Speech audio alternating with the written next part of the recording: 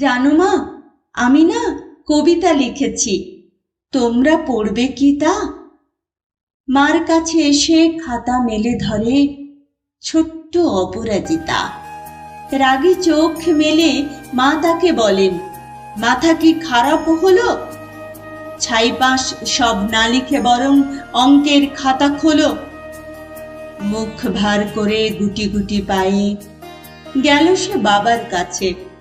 কবিতা লিখেছি, ও বাবা, তোমার দেখার সময় আছে? মুখটি না তুলেই বললেন বাবা, কবিতা লিখেছ?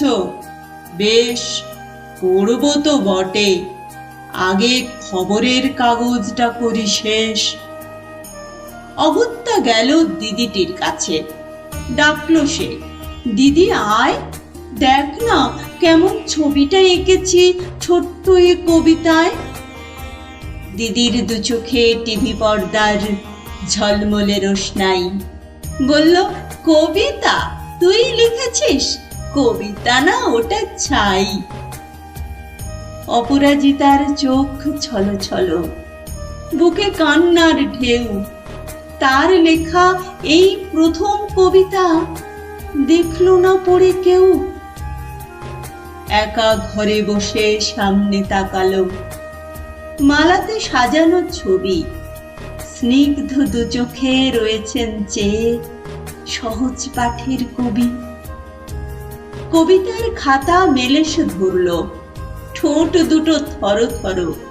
বলল, ঠাকুর, কেউ না পড়ুক, তুমি এ কবিতা পড়ো। কি জানি কি করে কি যে হয়ে গেল।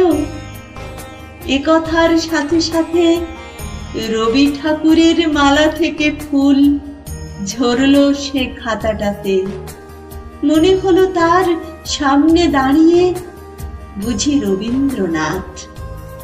মাথার ওপর রাখলেন তার আদর মাখানো হাত।